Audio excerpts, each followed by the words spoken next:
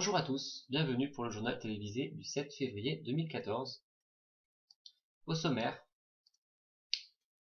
le tournoi de Viskensi, le très fort tournoi de Zurich et le méga Open de Gibraltar. Commençons par Viskensi. Le tournoi s'appelle aussi Tata Steel, du nom du sponsor. Quelques images du tournoi.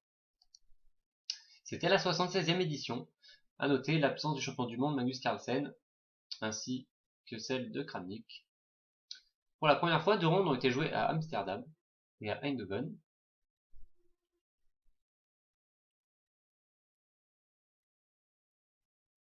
Il y avait deux tournois fermés cette année au lieu de trois.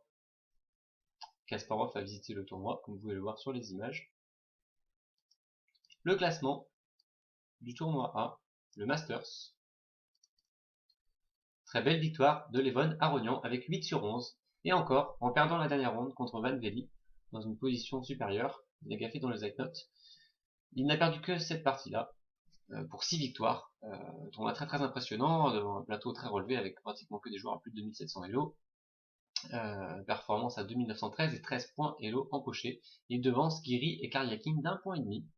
À noter les contre-performances de Nakamura et Gelfand, seulement 9e et 10e. Et la présence du grand espoir Richard Rapporte. Aronian, donc, qui remporte ce tournoi. Le numéro 2 mondial, très en forme en ce moment. Le tournoi B, avec également un score impressionnant pour Ivan Saric, le grand maître croate, qui l'emporte avec 10 sur 13, une performance à 2784. Remarquons la superbe deuxième place de Jan Timman, ancien candidat au titre mondial, dans un tournoi quand même très relevé avec beaucoup de jeunes grands maîtres haut dans l'oncle. Il a réussi à ne perdre qu'une seule partie. Performance à 2686, extrêmement impressionnant. Et encore, il a manqué pas mal d'occasions. Une seule défaite, oui. Vraiment un superbe tournoi. Devant Jobava, Anna Muzichuk, la 4e mondiale, a réalisé un très bon tournoi aussi en gagnant 18 points. Il y avait beaucoup de jeunes espoirs dans ce tournoi. Passons au tournoi de Zurich. Le Zurich Chess Challenge avec, pour la première fois de l'histoire des échecs, un tournoi de catégorie 23 avec une moyenne elo à 2801. Quelques images du tournoi. Le tournoi se jouait dans le prestigieux hôtel Savoy. Donc la première apparition de Magnus Carlsen depuis son titre de champion du monde. Le plateau est extrêmement relevé donc, avec Anand dernière elo. Aronian, Nakamura, Caruana et Gelfand complétaient ce superbe plateau. Le classement du tournoi lent,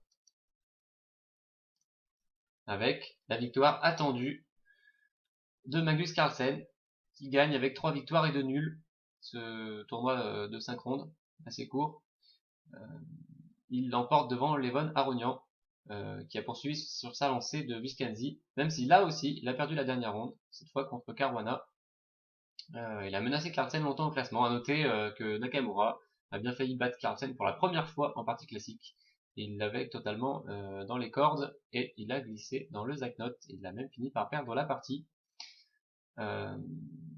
Prestation en demi-teinte pour Anand, l'ancien champion du monde, et Gelfand.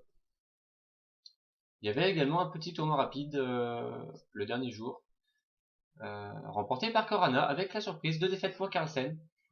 Seulement 2 sur 5, 4e. Il a perdu contre Aronian et Caruana.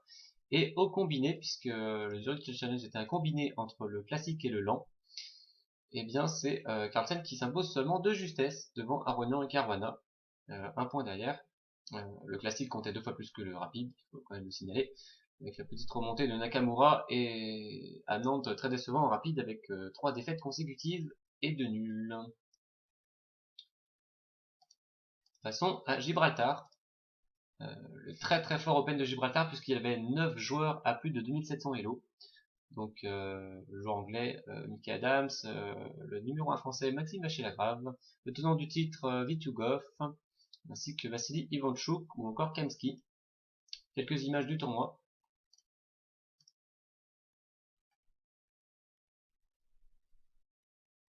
plusieurs Open, beaucoup de joueurs français, beaucoup de joueuses aussi, beaucoup de prix pour les féminines dans cette Open, et une ambiance vraiment sympathique, très appréciée de la plupart des joueurs, avec beaucoup d'animation, notamment des masterclass données par de très forts grands maîtres comme Ivan Tchouk ou Maxime Vachier-Lagrave. À noter d'ailleurs qu'avec Europe Échec, nous avons pour la première fois au mois de janvier commencé à mettre des masterclass par internet. Le classement de ce très fort Open. 3 joueurs terminent en tête avec 8 sur 10. Ivan Tchouk, qui a mené tout le tournoi, Vitugov, le vainqueur de l'an dernier, et Cheparinov, et c'est ce dernier, Ivan Cheparinov, le grand maître bulgare, ancien secondant de Topalov, qui l'a emporté au départage dans les blitz rapides, un peu à la surprise générale. On pouvait attendre Ivan Tchouk ou Vitugov. Notez la belle 4e place de Maxime Vachier-Lagrave, qui gagne encore des points Elo sur ce tournoi, comme nous le verrons juste après. Romain Edouard se classe à la 15e position, comme vous pouvez le voir à l'écran. Il y avait plusieurs joueurs français que vous découvrez ensuite, et notamment la numéro 1 française Marie Sebag, ou encore la championne de France Nino Mazuradze. Donc victoire d'Ivan Cheparinov. Chez les féminines, c'est Maria Muzichuk, la révélation des 11e rencontres du Cap d'Agde, qui part avec le prix de 15 000 livres. C'est la meilleure performance Elo du tournoi. Un petit coup d'œil au top 20 mondial virtuel, avec Carlsen qui a gagné encore 9 points. Il était à 2872, il est maintenant à 2881. Tout le monde commence à parler de la barre des 2900 Elo. Pourra-t-il y arriver? Il semble en avoir le potentiel. Levon Aronian a creusé l'écart par rapport à Vladimir Kramnik, il a 43 points de plus. Donc ces deux joueurs se détachent clairement. Ensuite c'est plus serré. Remarquons la 13e position de Maxime Vachier-Lagrave, le numéro 1 français. Il est seulement à 5 points maintenant du top 10. Et Étienne Bacrot n'est pas très loin derrière, à la 20e place. Pour terminer, un petit mot sur le tournoi des candidats qui aura lieu au mois de mars. Nous connaissons les 8 participants. Anand a finalement accepté de participer. L'ancien champion du monde. Il y aura aussi Kramnik et Andreikin, les 2 finalistes de la Coupe du Monde 2013. Topalov et Mamedierov qui se sont qualifiés par le cycle des Grands Prix. Les 2 joueurs qualifiés à l'Elo sont Aronian et Karyakin. Et l'invité de l'organisation est le septuple champion de Russie, Peter Zwiedler. Voilà, c'est terminé pour ce journal. Je vous dis à bientôt pour un prochain journal télévisé avec Europe Échec.